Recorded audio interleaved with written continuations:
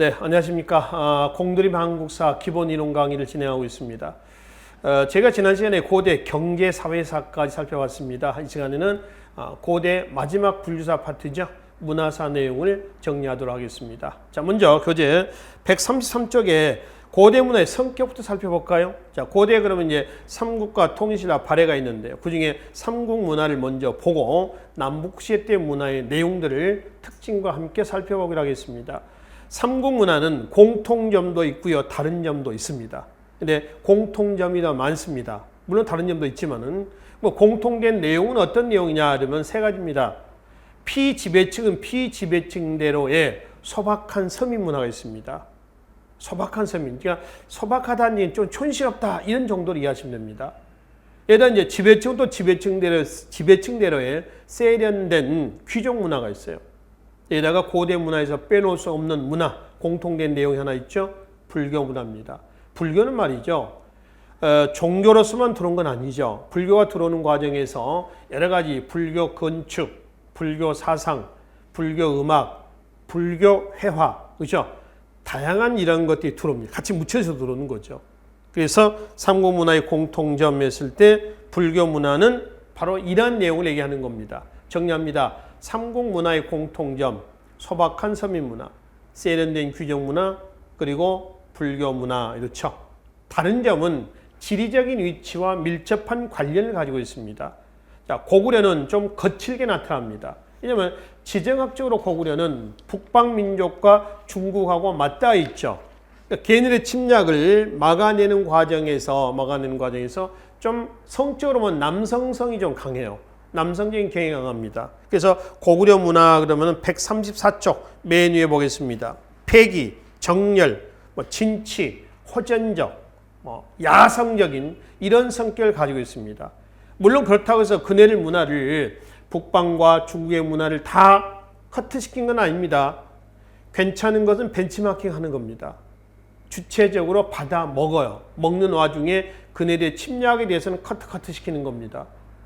그러니까 백제하고 그 밑에 있는 신라 입장에서 보면은 북방과 중국 민족의 침략을 막아주는 민족의 방파제 역할도 수행했다는 거죠. 고구려입니다. 자, 밑에 백제하고 신라 한번 볼까요?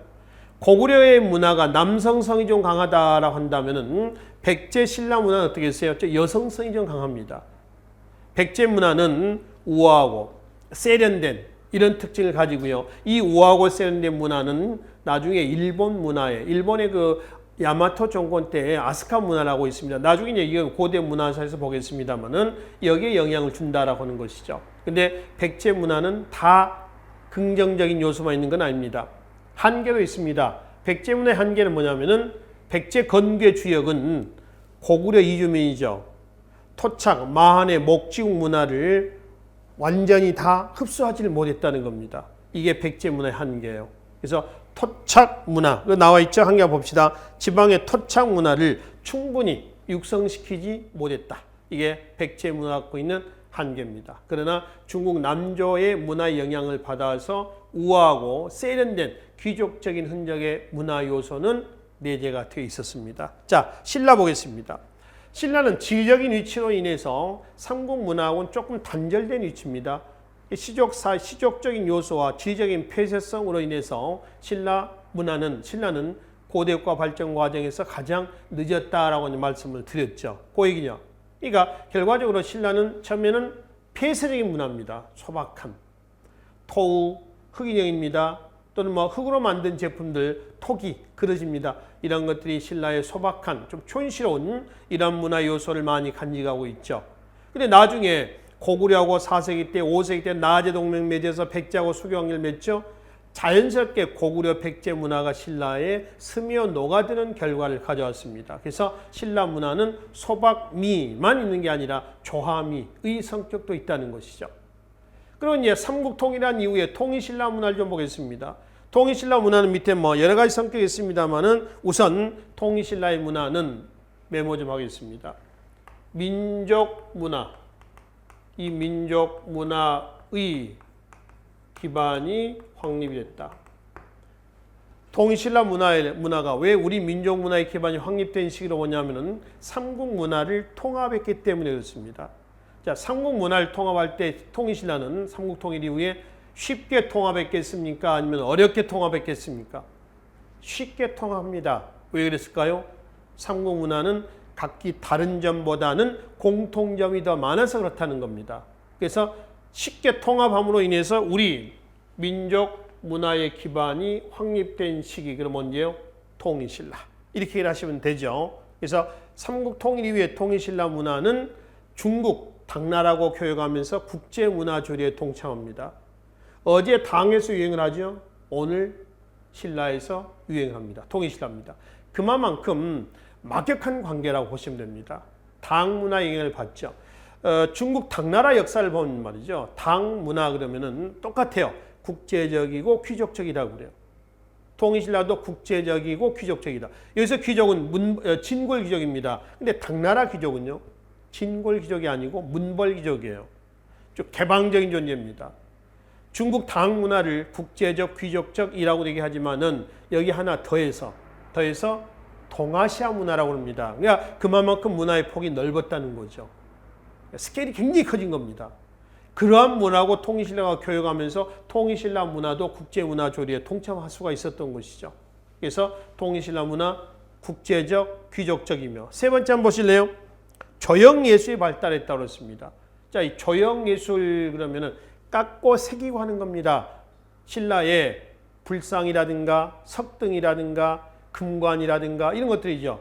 이 조형예술은 불교 교종과 밀접한 관련을 가지고 있습니다. 나중에 교종에서 말씀드리고 하고요. 마지막 하나는 불교가 대중화되면서 민간문화 수준도 향상이 됐다는 것이죠. 자, 불교는 단순히 종교적 기능의 역할만 수행한 건 아니라고 그랬죠. 불교가 들어오면서 여러 가지 것들이 같이 들어와서 고대 문화 발달에 기여했다고 말씀을 드렸습니다. 그렇죠? 따라서 불교가 삼국시대 때 불교는 귀족 불교예요. 민중 불교가 아닙니다. 삼국시대 때는 지배층 중심의 불교입니다. 그럼 불교가 민중층까지 확산된 건 언제냐 그러면은 통일신라거든요.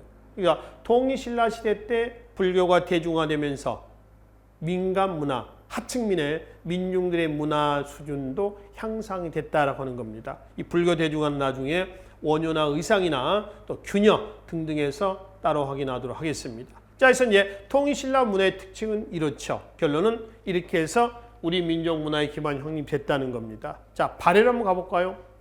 발해는 이원적인 문화입니다. 발해 사이는 지배층은 대다수의 고구려민과 피지배층 일부 말가린, 피지배층의 대다수는 말가린과 일부 고구려인이죠. 그러니까 결과적으로 고구려의 지배층 문화는 고구려 문화를 중심으로 합니다. 피지배층은 말갈 문화를 중심으로 합니다. 대다수가 피지배층이죠. 그러니까 발해 문화는 이런 한계도 있습니다. 대다수 말갈 문화로 구성됐기 때문에 피지배층이 그네들 문화를 고집을 했다는 얘기입니다. 그래서 발해 문화의 수준은 일정한 높은 수준으로 끌어올리는 데는 일정한 한계가 있었다는 거죠. 이게 발해 문화가 갖고 있는 한계예요. 아시겠죠? 그래서 각국의 문화의 특징들을 이렇게 살펴봤습니다. 자, 그럼 이제 고대 문화의 구체적인 내용으로 좀 들어가 보도록 하죠. 밑에 한자부터 보겠습니다. 한자 사용은 철기가 중국에서 들어올 때 한자가 들어왔다라고 말씀을 드렸습니다. 그 증거로서 창원, 다호리, 나무, 던덜, 무덤에서 출토된 붓, 또 1925년에 평양에서 출토됐다는 진나라 창, 여기에 약 25글자가 새겨진 것들. 이것은 분명 지배층을 중심으로 했겠죠. 한자 사용의 증거로 본다고 말씀을 드렸습니다. 이거는 철기 시대 때 말씀을 드렸고요. 그래서 한자가 이제 들어오고 중국하고 이제 본격적인 교역이 행해지면서 중국의 교과서들, 책들, 유학서들이 이제 들어옵니다. 그래서 삼국시대 때에 유학도 발달했고, 유학만 발달하겠습니까? 한자가 사용되면서 삼국시대 때 역사서도 편찬이 될 겁니다. 자, 우선 136쪽에 유학을 먼저 좀 보기로 하겠습니다. 근데 이 삼국시대 유학은요, 어떤 조선시대 때의 성리학처럼 아주 심도 있게 진행된 건 아니고요. 단지 둘째 줄, 충, 효, 신. 나라의 충성, 부모의 효도, 친구와의 믿음이죠. 충, 효, 신. 이러한 도덕 규범을 장려하는 정도로 해석하시면 되겠습니다. 그래서 고구려, 백제, 신라의 그 자료는 다 삼국시대 때 유학의 발달 증거로 보시면 돼요. 자, 그 중에 고구려의 소수리 망대 때에 최초의 국립대학입니다. 4세기 태학이 있고요. 그 다음에 장수왕대 때 평양천도가 단행이 되죠. 그 이후에 설치했던 평민자재를 대상으로 했다는 경당. 경당은 문 교육과 무교육과 그리고 평민들이 같이 입학해서 교육받았다는 특징이 있죠. 기타 밑에 유교 경전이라든가 금성문들이 나와 있습니다. 밑에 백제나 신라의 유교 경전이라든가 금성도 나와 있죠. 전부 다 삼국시대 때 한학 발달의 증거로 보시면 됩니다. 그리고 우측에 박스 내용이 있죠. 광개토항비부터 해서요 사택, 지적, 피까지 나와 있습니다. 각 비문의 특징들을 우리가 고대 정치사에서 정리가 됐고요. 이 비문들을 묶어서 뭘 의미하느냐라고 해서 한번 출제가 된 적도 있습니다. 삼국시대 때 한학의 발달 수준을 가늠해주는 금성문, 이게 정답이었거든요. 그래서 이 비문들의 특징들을 이해하시면서 삼국시대 때 유학의 모습을 해석하시면 되겠습니다. 자, 그리고 이제 통일신라 때 가서요 신문왕대 때 국학, 신문왕대 때 개혁 정치에서 살펴봤죠. 국립대학입니다. 학제는 9년이고요. 이건 이제 보통 나이가 입학 나이가 15세에서 30세 정도. 그리고 진골도 있습니다. 근데 주로 국학은 누가 육두품 출신들이 많았을 걸 본다는 겁니다. 그도 그럴 것이 신문왕이 있죠. 신문왕 개혁 정치의 핵심 참모 역할은 누구라고 그랬어요? 육두품이거든요. 이 신문왕은 하여튼 무조건 기억을 하는 겁니다. 그 이 육두품의 역할은 신라 중대 때는 왕권 강화의 참모 역할을 하고요. 그 다음에 하대 때는 반골품 세력으로서 기능을 한다고 말씀을 드렸습니다. 아시겠죠? 그래서 신문왕대 때 육두품들을 국학을 통해 가지고 양성을 하는 겁니다. 그리고 나서 내 사람들을 등용을 해가지고 왕권 강화의 참모로 쓴다는 것이죠. 물론 이제 진골들도 여기에 들어갈 수가 있습니다만은 진골은 신문 상승에 제한이 없죠. 1관등에서 17관등까지 다 차지할 수가 있잖아요. 골품제도에서 보면, 관등에서 보면은. 그러니까 굳이 진골은 대학할 필요가 없는 거예요. 여기 안 가도 신문 상승에 제한이 없다 이 얘기입니다. 물론 육두품들 아무리 해봐야 그래야 어디까지 6관등 아창까지밖에 못 올라갔습니다. 그거에 불평 불만을 해소하기 위해서 신라 중대 때 실시했던 것이 뭐라고요? 중위제도라고 하는 게 있었죠. 중위제도 참고하시고요. 그래서 신문왕대 때 국학이 있고 국립대학, 일단 유학교육이 행해졌다는 겁니다. 그 다음에 바로 밑에 보면 원성왕이 있습니다. 원성 신라 하대입니다. 독서 3품과 또 독서 출신과가 있습니다. 출신과라고도 합니다. 상품, 중품, 하품, 특품으로 나눠서 그만큼 읽고 해독하면 인재로 뽑아주겠다는 겁니다. 이건 과거는 아니지만은 어떤 능력을 중시하는 분위기를 조장하는 겁니다. 기득권을 갖고 있는 진골 귀족들 입장에서는 불편한 요소가 되는 거죠. 그래서 골품제도라고 하는 벽에 부닥쳐서 제대로 실시는 안 됐습니다만은 학문과 유학 보급에는 기여하였다. 이렇게 우리가 평가를 하는 것이죠. 이게 원성왕대 때 독서 3품과가 되겠습니다. 그럼 이제 뒤로 가겠습니다. 통일신라 때 유학 발달의 주역이었던 누구죠? 이 육두품들이죠. 육두품의 역할을 좀 기억을 좀 해두신데요. 자, 뒤에 나오는 강수, 설총, 그 다음에 김대문, 우측에 최치원, 김운경 등이 나와 있습니다. 이 사람들은 꼭 기억을 해주세요. 대다수 육두품입니다. 근데 김대문은 예외로 육두품이 아니죠. 누구죠? 진골입니다. 진골. 자, 강수부터 보겠습니다. 외교 문장가로서 알려져 있습니다. 당나라 나당전쟁 때 서린객에 보냈던 답장 편지, 답, 서린귀서, 그 다음에 청방인문표라고 그래서요. 이 무열왕의 둘째 아들이에요. 김인문입니다. 그 형이 문무왕 아닙니까? 김범문이고요. 그래서 김인문이가 나당전쟁 신라 삼국통일 전후에 당나라에 억류가 돼 있었거든요. 그래서 억류가 되어 있는 김인문을 석방해달라고 요청하는 편지글입니다. 청방, 요청하는 방, 석방입니다. 김인문의 석방을 요청하는 표는 아래에서 윗사람이 올리는 글이에요. 편지글입니다. 표. 그래서 청방인문표라고 그랬죠. 이 청방인문표를 받아본 당나라 태종이 이 편지글에 감동해서요. 바로 석방을 해줍니다. 여기다가 플러스 금, 은, 비단 이런 것까지 금은보화까지 같이 보너스로 같이 묶어가지고 보내준다며. 그만큼 편집글을 아주 잘 썼던 사람입니다. 누구죠? 외교 문장가의 강수란 말, 강수. 그러면 설총 있죠? 설총. 아버지가 누구예요? 설총 원효죠. 어머니 요속공주라고 그러죠. 그래서 원효와 요속공주 사이에서 태어났던 설총. 특히 신문학에게 글을 올렸던 화왕계와 이두를 정리한 사람으로 많이 알려져 있습니다. 화왕계 할 때 계는 충고하는 글이라는 얘기입니다. 왕에게 충고하는 글이에요. 어떤 충고냐면 도덕 정찰하는 겁니다. 왕이라고 해서 막 나가서 되겠느냐? 안 된다라고 하는 거죠. 그래서 화왕계 밑에 사료가 있거든요. 이 사료는 자주 출제가 됐습니다. 이 사료를 애우란 얘기는 아닙니다. 읽어보시고 이거는 누구의? 설총의 화왕계다. 유교적인 도덕 정치를 강조했던 글이다. 이런 정도로만 기억하시면 되겠습니다. 자, 그 밑에 김대문이 있습니다. 김대문. 진골이라고 그랬습니다. 그의 저서는 현재 남아있지는 않습니다만은 김부식의 삼국사기에 사료로 인용이 되고 있습니다. 그러니까 1145년 김부식이 편찬했던 삼국사기가 편찬했던 시기까지는 이 책들은 남아 있었어요. 그 이후에 김부식이 의도적으로 이 책들을 파기했는지 아니면 그 이후에 전란이라든가 무슨 화재로 인해서 소실됐는지는 모르겠습니다만은 하여튼 김부식의 삼국사기에 자료로 인용이 되고 있다는 겁니다.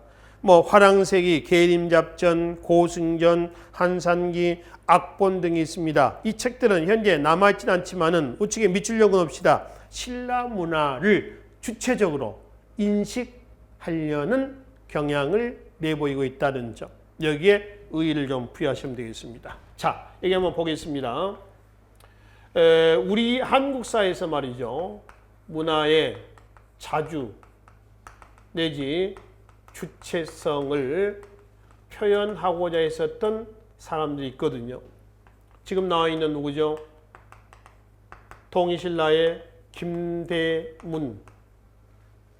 흔적들 있죠? 화랑세기, 한산기, 고승전, 악본 등이 있단 말이에요. 자, 고려시대 한번 가볼까요?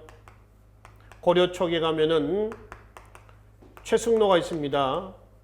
김심원이라는 사람이 있습니다. 둘 다 육두품 출신들이거든요. 성종대 때를 전으로 활동했던 최승로 시무 18조, 시무 2조 정치개관들입니다. 고려 후기로 가면은 이규보, 명종대 때 동명왕편을 썼다라고 하는 이규보가 있고요. 그 다음에 충렬왕대 때 이련, 삼국유사와 충렬왕대 때에 역시 이승유, 제왕운기. 이련의 삼국유사와 여기에 이제 이승유의 제왕운기는 단군신화도 수록이 되어 있어요. 문화적인 자신감에 넘치는 시를 썼다는 누가 나오죠? 진화라는 사람이 있습니다. 문명의 아침은 동쪽 하늘, 즉 고려가 되겠죠? 동쪽 하늘을 비칠 것이다 라고 우리 문화의 자주 주체성을 강조했던 사람입니다. 조선시대 때 가지 않습니까? 조선 초기에 가면은 성종대 때 서거정이 있습니다. 동문선이라고 하는 저서를 썼다는 서거정이죠. 삼국시에서 조선 초까지의 역대 500여 명의 약 11,400여 편, 이 어마어마한 작품들을 집대해서 해놨습니다. 동문선 서문 내용이 이렇습니다. 우리의 글은 중국의 한이나 당이나 송이나 원의 글이 아니라 우리의 글이다. 그래서 우리의 그림을 명시해놨어요. 그래서 서거정의 동문선이 있고요. 후기 때 가면은 실학자, 중상실학자죠. 박지원입니다. 박지원의 연암집에 보면은 허생전이라든가 또는 저 중국에 갔다 와서 썼다는 열하일기라든가 이런 것들이 있습니다. 양반전이라든가 이런 작품들이 있어요. 양반 신분이면서 양반사의 모순을 신랄하게 써놨던 비판해왔던 작품들입니다. 그래서 여기 나와 있는 김대문부터 박지원까지는 전부 다 우리 문화의 자주 내지 주체성을 표현하고자 했었던 사람들 이렇게 기억하시면 되겠습니다. 반면에 여기에 비해서요. 우리 문화의 자주 주체성보다는 당시 문화의 사대적인 보수적인 이러한 성향을 제창했던 사람들도 있습니다. 신라 하대 때 누가 나오냐면 최천입니다.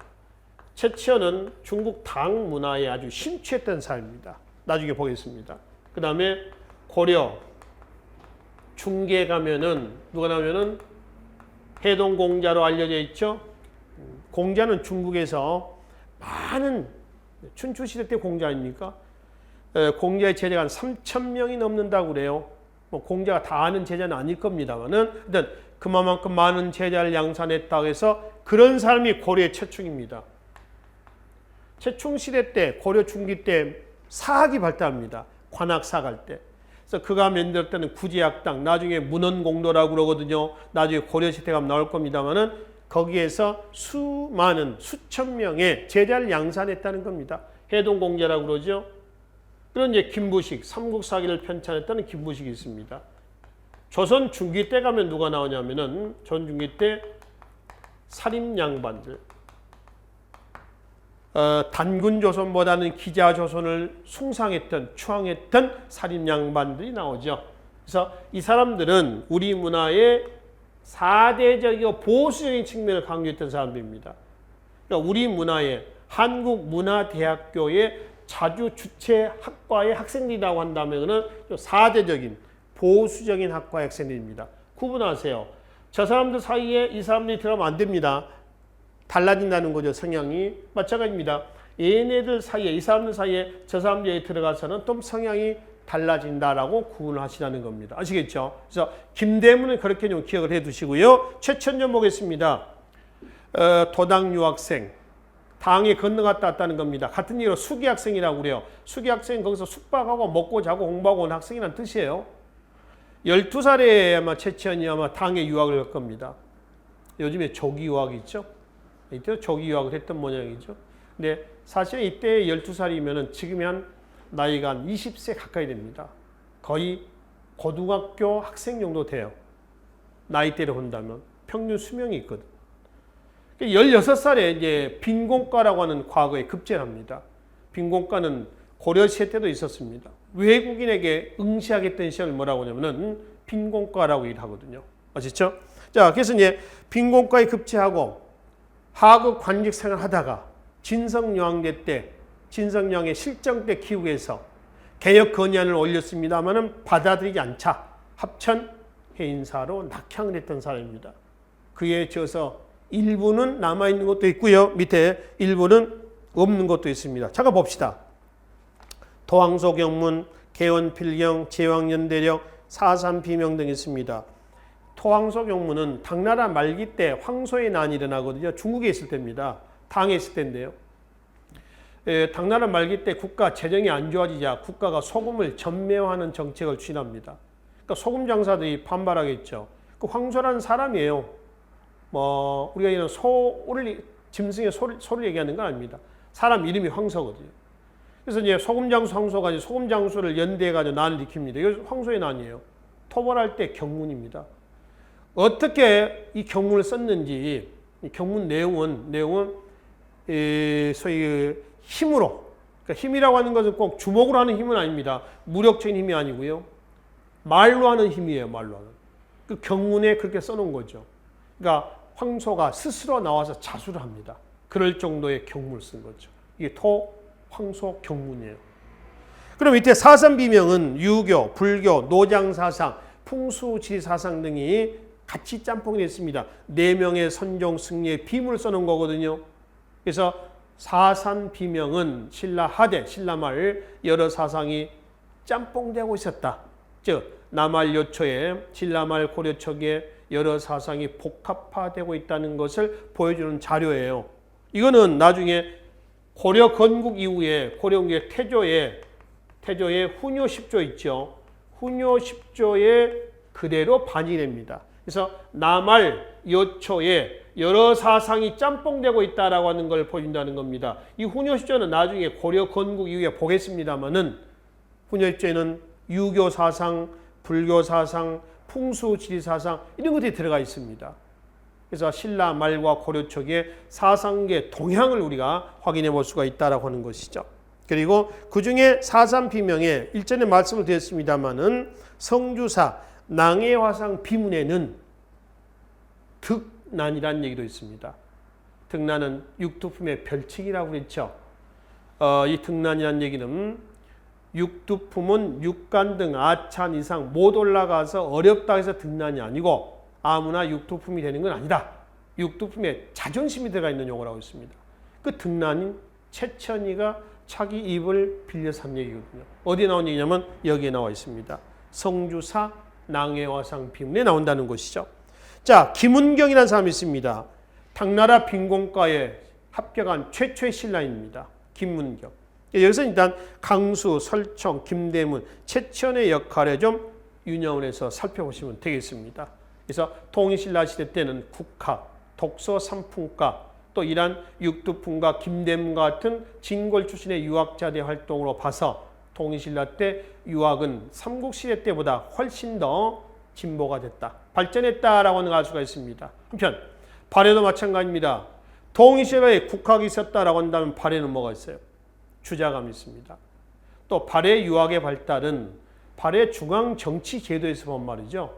삼성 육부할 때 육부가 이호의 평형 공부가 아니라 충인의 지혜신 게 나와 있죠. 유교식 명칭을 썼었다라고 하는 부분들, 또 발해의 육두품들이 당나라에 건너가서 빈공가에 급제한 사례가 있죠. 이거는 신라와 발해하고의 대관계에서 등재서열 사건이라고 기억하시죠?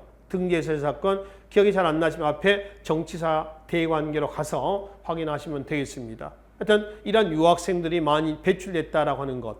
또 발해에서는 한자를 기본 글자로 씁니다. 근데 아직 해독이 되는 않았지만은 발해에 고유한 문자가 아마 있었던 걸 우리가 추측해 볼 수가 있습니다. 발해에서 출토가 됐던 기와장에서 해독을 할 수 없는 한 문자가 나옵니다. 발해 문자가 아니냐, 뭐 이런 것들이죠. 일련의 이런 것들은 발해에서도 한학이 발달했다, 유학이 발달했다라는 증거로 이해를 하시면 된다는 겁니다. 자, 그리고 이제 140조 넘어가시면 이 유학과 한자의 사용은 역사서 편찬에도 영향을 준다. 역사서 편찬의 목적은 장황하게 서술되어 있습니다. 간단하게 한마디로 요약하겠습니다. 통치 목적이다. 그러니까 역사서 편찬 시기는 공통적으로 어느 시기예요? 대외 팽창기라는 걸 알 수가 있죠. 대외 팽창기고요. 소수리망, 영양왕, 근초왕, 신라의 진흥왕 다 대외 팽창기 아닙니까? 또 현재 남아있지는 않습니다. 물론 고구려에 유기백권, 이거를 신집 5권도 요약했다고 그러죠. 그 다음에 서기, 거칠부의 국사 등이 있습니다. 역시 김부식의 삼국사기가 편찬됐을 때까지는 존재가 됐습니다. 이걸 참고했죠. 아까도 이제 김대문의 저서에서도 말씀드렸습니다만은 이후에 김부식이 삼국사기 편찬 이후에 의도적으로 폐기 처분했는지 안 했는지 잘 모르겠습니다만은 1145년 삼국사기가 편찬되던 시기까지는 이 책들이 남아 있었다라고 하는 것을 확인해 볼 수가 있다는 것이죠. 아시겠죠? 그리고 이제 밑에 유학과 역사서는 거기까지 보시고요. 삼국의 고대 국가의 가장 큰 문화의 요소입니다. 사상사죠. 불교와 도교와 그리고 풍수 지리 사상을 좀 살펴보도록 하겠습니다. 먼저 불교부터 한번 보겠습니다. 자, 이거 한번 봅시다. 불교가 들어온 시기는 4세기 국제 정세하고 일치가 된다고 그랬습니다. 기억나시죠? 우측의 지도를 보시면은 전진에서 소수림왕대 때 순도에 의해서 고구려, 고구려에서 신라로 눌지왕대 때 묵호자, 5세기 중엽입니다. 공인은 6세기 법흥왕대 때 2차 돈의 순교입니다. 동진에서 침유왕대 때 마라난타, 성왕대 때 6세기입니다. 성왕대 때 일본의 노리사측에 의해서 갑니다. 노리사측은 승려가 아닙니다. 그러니까 전진 고구려 신라, 동진 백제 왜 이렇게 연계 관계를 맺을 때가 몇 세기요? 4세기예요. 그러니까 4세기 때 불교가 수용이 된다는 거죠. 그럼 4세기 이전에는 말이죠. 이전에는 부족국가 시대 때입니다. 이때는 신앙이 없었느냐? 있었습니다. 피지배층을 중심으로 했던 민간신앙과 지배층을 중심으로 했던 조상신 숭배 등이 있었어요. 조상신을 숭배하는 것은요, 우리는 옛날부터 지배자로서 군림해오고 있었다. 이걸 얘기하자는 겁니다. 근데 4세기 이후에 신라를 끝으로 해가지고 고대 국가로 넘어옵니다. 이때 넘어오면서 사람들의 의식도 바뀌어져요. 그렇죠? 또 옛날 원시 신앙 가지고는 안 먹히는 겁니다.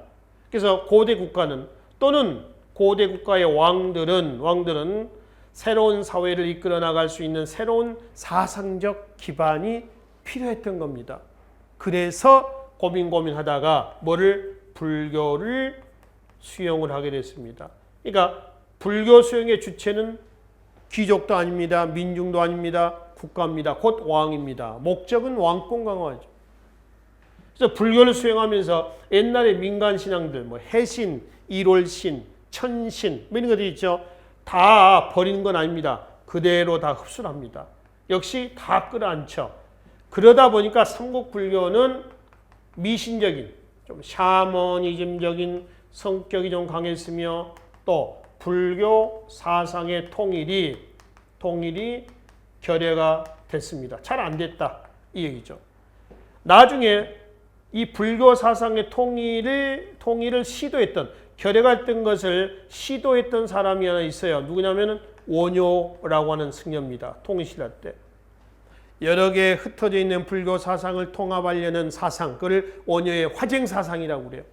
원효 때 가서 보겠습니다. 그러니까 왜 삼국불교가 일단 미신적이며 불교 사상의 통일이 결여가 됐느냐 그러면은 불교 수용 이후에 옛날 신앙들을 다 끌어안다 보니까 이렇다. 이런 얘기죠.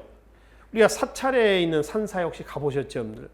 가면은 대웅전이 있고 한쪽에 산신각도 있고, 그렇죠? 산신각. 그 산에 수호신을 모셔놓은 겁니다. 그러니까 그 산신각에 들어가면은 불상이 없어요. 그럼 뭐가 있어요? 산신이 거기 있죠. 그럼 우리의 산신은 토착신앙이죠. 불교는 외래 종교입니다. 이것이 같이 짬뽕됐다라고 하는 것을 확인해 볼 수가 있어요. 그렇죠? 이런 것들입니다. 그리고 이제 불교가 들어와가 나타나는 성격이 있을 때 나머지 성격 얘기가 나왔으니까 마저 보고 갈까요? 우측에 141쪽에 맨 밑에 봅시다. 불교의 성격이 있습니다. 왕실불교가 있으며, 왜? 왕이 국가가 불교를 수용을 하지 않습니까? 왕실불교입니다. 하나 더 있어 뭐라고 했어요? 귀족불교라고 그랬죠. 왜 귀족불교냐면은 국가가 불교 수용의 주체입니다. 왕이. 목적은 왕권 강화입니다. 왕권 강화예요. 근데 고대 국가 정치사에서 이런 얘기를 했었죠. 고대 국가의 정치는 왕권이 강화가 됐다고 하지만은 왕 혼자 정치하는 건 아니다. 국왕 중심의 귀족 합의제라고 그랬죠. 그래서 고구려의 제가회의, 백제의 정삼회의, 신라의 화백회의 등이 있었잖아요. 그래서 국왕 중심의 귀족 합의제 하에서 귀족 합의 없이는 정책, 법안이 만들어지지 않는다는 겁니다. 그렇죠? 그럼 국가는 왕권을 강화하기 위해서 불교를 가지고 왔지만은 공인을 하기 위해서는 귀족 합의를 거쳐야 돼요. 제가 왕이고 여러분들이 귀족입니다.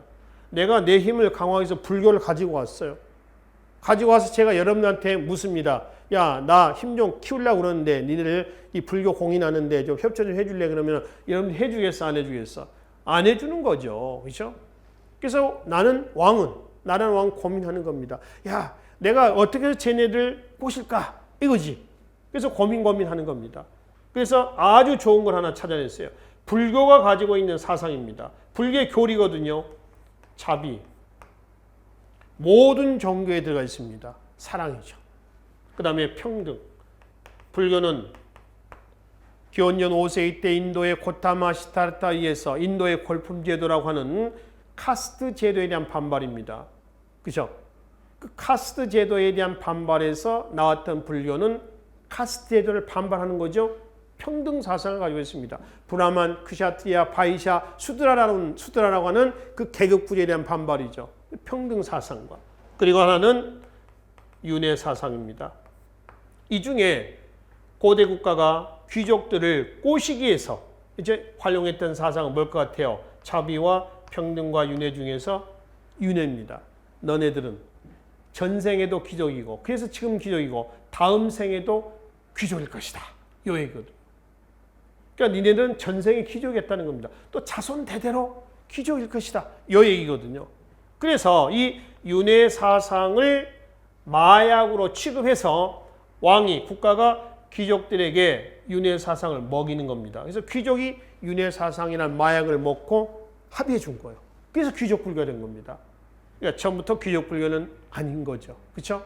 자, 두 번째 삼국불교의 성격에 뭐가 있어요? 호국불교입니다.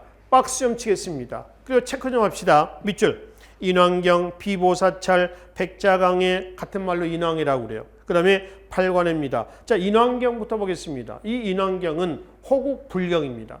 나라가 어려울 때 승려 100명이 앉아서 법회를 열 때 독경하는 불경이 인왕경이죠. 그 승려 100명이 앉아서 법회를 합니다. 그걸 백좌강해라고 그래요.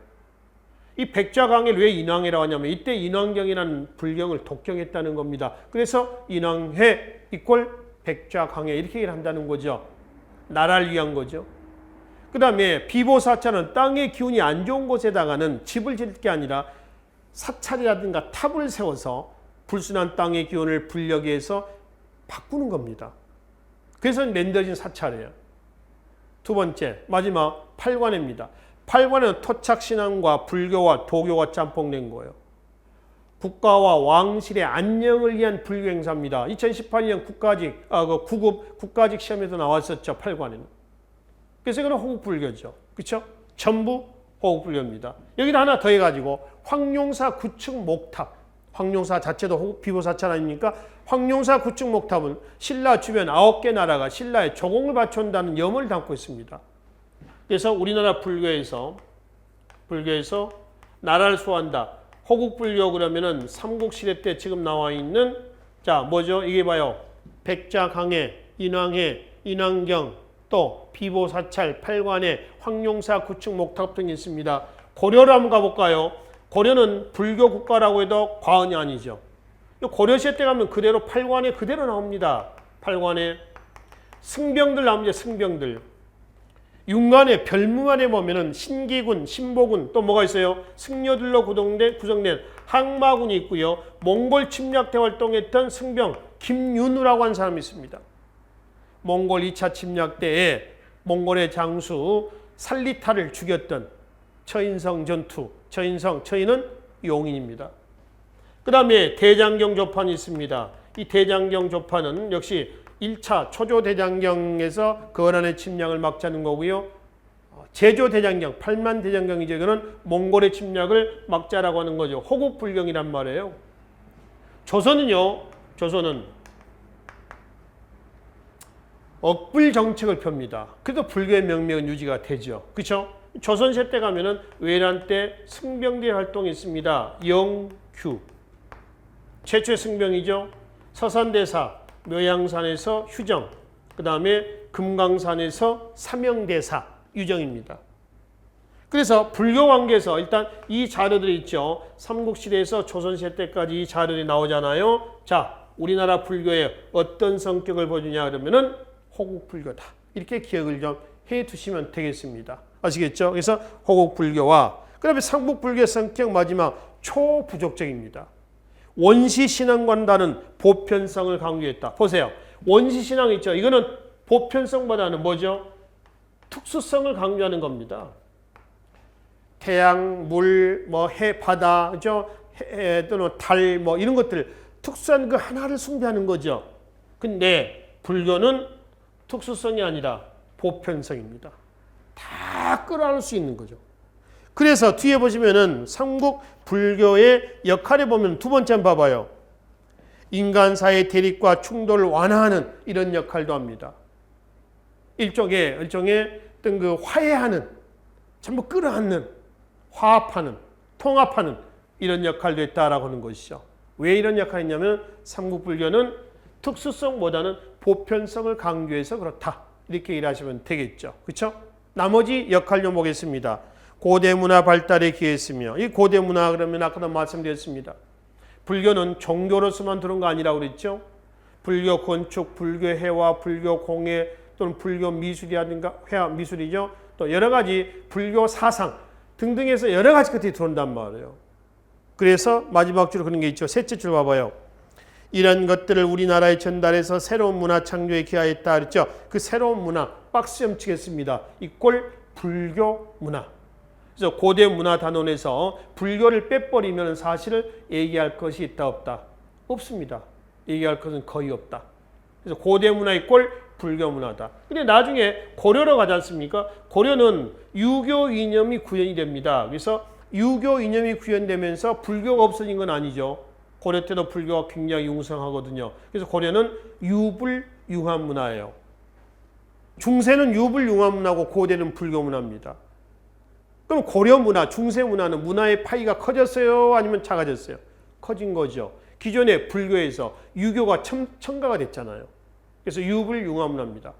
그래서 문화적인 측면에서 이전 사회보다 문화의 스케일이 훨씬 더 커졌다. 이게 고려를 단순한 왕조의 교체가 아니라 사회 변화, 고대 사회에서 중세 사회로 변화났다라고 할 때 그 증거 자료로 이해하시면 된다는 거죠. 아시겠죠? 자, 그렇게 보시고요. 계속 보겠습니다. 그리고 불교의 역할의 세 번째, 네 번째는 아까 말씀드린 이거죠. 결국 불교는 통치, 즉 왕권 강화에 통치에 영향을 줬다라고 하는 겁니다. 아시겠죠? 자, 그러면은 일단 봅시다. 삼국시대 때 이제 불교가 들어왔습니다. 지도를 잠깐 보시면 앞장에 대승불교하고요, 소승불교가 있죠. 참고로 대승불교는 북방불교라고 해서요, 북쪽으로 전래합니다. 우리나라죠, 중국이나 우리나라. 남방불교는 동남아시아처럼 밑쪽으로 갑니다. 이게 소승불교예요. 그래서 소승불교를 남방불교라고 얘기를 합니다. 그리고 북방불교는 대중의 구제를 목표로 합니다. 근데 남방불교는 개인의 해탈을 목표로 해요.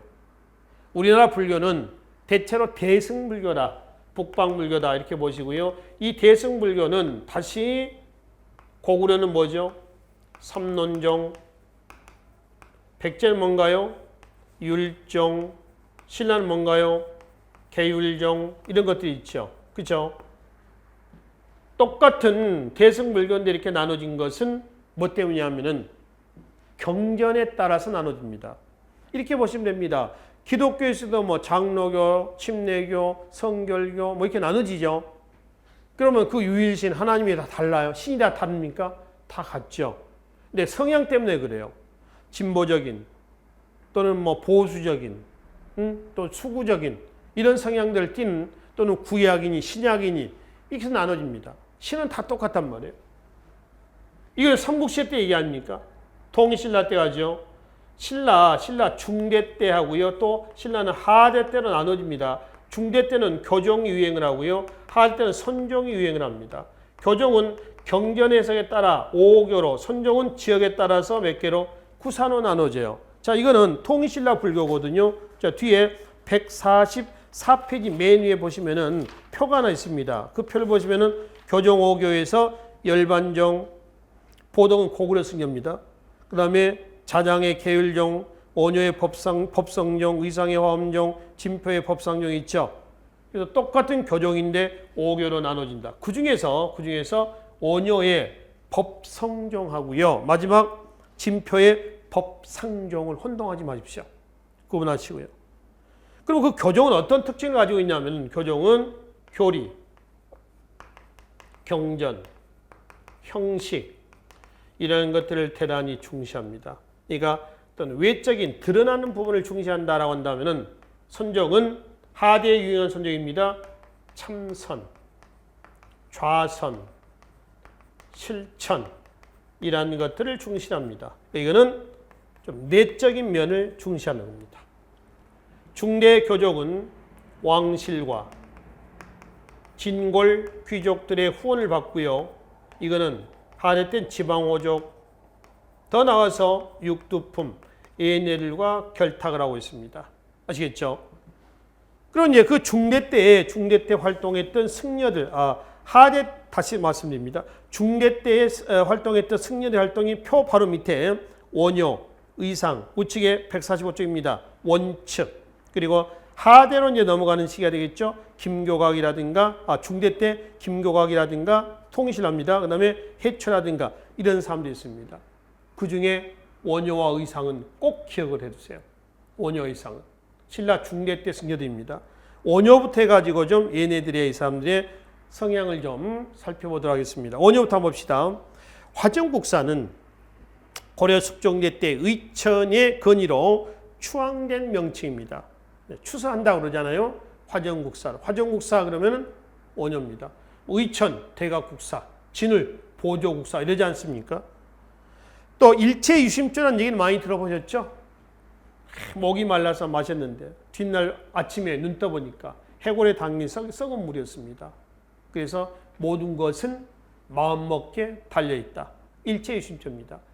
의상과 함께 당나라로 유학 가던 길이에요. 지금의 경기도 화성, 수원 어디 그 근방이라고 그러는데요. 그래서 의상만 가고 5년은 중도 포기합니다. 그 일체유심조예요. 화쟁사상은 여러 개 흩어져 있는 불교 사상을 통합하려는 사상을 화쟁사상이라고 그랬죠. 이거를 집대성했던 책이 신문화쟁론입니다. 신문화쟁론. 이거는 아까 말씀드렸던 이거죠.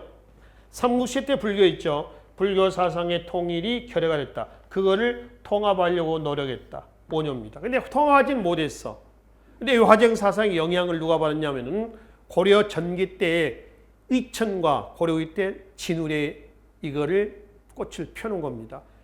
그러니까 이제 우리가 보통 이제 원효와 의천과 진울 세 사람을 묶어서 얘기할 때는요, 불교 사상의 통합 이렇게 얘기를 한단 말이에요. 자, 계속 아미타 신앙이 있습니다. 이거는 불교 대중화에 기여했다 그랬죠. 이 화엄 사상을 풀어 써놓은 노래예요. 그 무예가라고 하는 겁니다. 무예가, 그렇죠? 이 무예가를 짓고 나무아미타불만 암송해도 다 극락에 갈 수 있다라고 하는 사상입니다. 아미타 신앙이죠. 이 불교 대중화예요. 이 불교 대중화 그러면은 기억을 꼭 하셔야 될 승려가 3명이에요. 원효, 의상, 고려 광종대 때 활동했던 균여입니다. 원효의 아미타 신앙. 이거는 연불 중심의 불교입니다. 그러니까 어떤 연불이냐 하면은 나무는 뭐뭐에 귀의하다라는 뜻이거든요. 나무, 아미타, 불. 이 연불만 해라. 아미타 부처님께 나는 귀의합니다. 이런 뜻이에요. 딱 극락 갈 수 있다는 겁니다. 의상도 아미타 신앙을 강조합니다. 그리고 관음사상이 있습니다. 이 관음사상은 뭐냐면은 관세음보살 얘기합니다. 관세음보살은 우리 인간 세상에서 어머니 같은 존재라고 생각하시면 됩니다. 여러분들이 아주 급할 때 제일 먼저 누굴 찾습니까? 엄마를 찾거든요. 빙판길에 넘어질 때 내비치는 외마디 뭐라고 그래요? 엄마를 찾죠. 자빠지면서 아버지 찾거나 할아버지 찾지는 않습니다. 그렇죠? 그 엄마. 아무 때나 부르면은 내 손을 잡아줄 것 같은 그런 존재예요. 그게 관세음보살입니다. 불교 대중화에 기여했죠. 그 다음에 균여, 보연, 십원가 11수가 있습니다. 이거는 참불가고요. 교회에서 얘기하는 찬송가예요. 이거는 참불가이자 향가입니다. 향가. 삼국유사의 14수, 여기 11수에서 25수가 이제 향가로 남아 있습니다. 향가는 뭘로 기록하냐면 향찰로 기록합니다. 향찰이라고 하는 것은 뭐냐면은 한자에 음만 빌려는 겁니다. 차음을 하는 거, 차음을 하는 거죠. 그러니까 이거는 해석할 필요가 없죠. 한자 그대로 읽으면 돼요. 그렇죠? 그래서 원효, 의상, 균여 그러면 이 세 사람 뭐죠? 각각 이런 것들을 제시하면서 뭐요? 바로 불교 대중화에 기한 승려 이렇게 묶으시라는 겁니다. 꼭 기억을 해두세요.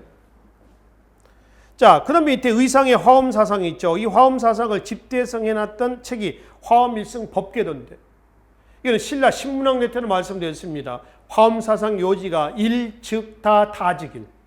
하나는 우주 삼라만상의 모든 걸 아울 수 있다라고 하는 거죠. 그 하나를 왕으로 해석합니다. 그래서 전제왕권 강화에 기여했다. 이렇게 얘기했죠. 그 다음에 불교 대중화에서 관음신앙. 이거죠. 관음사상을 얘기합니다. 관세음보살 얘기한다는 거죠. 원칙, 유식불교가 있습니다. 불교 심리학이라고 보시면 됩니다. 모든 것은 마음을 떠나서는 할 수가 없다. 그 마음, 이게 불교의 궁극적인 화두인 것 같습니다. 특히 왼쪽에 나와 있는 원효의 일체유심조, 역시 마음 나오죠. 마음입니다. 인간의 마음이죠. 그렇죠? 그리고 김교각. 이 사람 이제 왕자입니다. 성덕왕의 아들로 중국에서 활동을 했고요. 지장보살의 화신이 됩니다. 지장보살은 지옥에 떨어진 중생을 구제하는 신, 부처를 보살을 지장보살이라고 그래요. 그리고 해초에 인도 기행문 있죠. 왕오천 축국전. 인도의 5천 축국을 다녀와 쓴 기행문, 5천 축국전이 되겠습니다. 그래서 신라 중대 때에 교조이 유행했던 시기에 승려대 활동을 정리합니다. 그 중에 원효와 의상은 꼭 기억을 하실 것. 원효 의상, 고려 의천과 진울, 조선의 이왕과 이인은 항상 축제가 되는 사람들이라고 말씀드렸습니다. 꼭 기억을 하세요. 자, 선종을 좀 보겠습니다. 선종은 아까 참선, 좌선, 실천을 중시한다고 그랬죠. 그렇죠? 이 선종이 들어온 시기는 선덕여왕대 때입니다. 삼국시대 때죠. 그러니까 신라 중대 때는 교적이 유행하면서 눌려 있었고요. 하대 때 지방호족과 육두품들의 후원을 얻고 하대 때 선종이 유행을 했었습니다. 특히 선종의 사상은 분립문자라고 하는 이 사자성어로 요약을 합니다. 뒷장에 맨 위에 보시면 분립문자라고 하는 게 있습니다. 분립문자. 문자에 기대지 않는다. 경전에 기대지 않는다. 교과서 필요 없다는 겁니다. 스승과 제자 간에 1대1로 만나서 스승이 직접 전수를 해주는 겁니다. 책 필요 없습니다. 여러분들 염화미소라고 하는 사자성어가 있습니다. 찾아보시고 염화미소. 부처가 영치산에서 설법을 할 때 말없이 꽃을 들었더니 씩 웃었다. 꽃을 이유를 안 거죠. 비슷한 말로 이심전심이라고. 이심전심. 그러니까 참선, 좌선 오로지 행하는 겁니다. 실천하는 거죠. 그래서 불림문자 그러면 선종의 대표적인 사자성어로 얘기를 합니다. 스승과 제자의 관계를 대단히 중시합니다. 스승이 이때 죽어버렸습니다.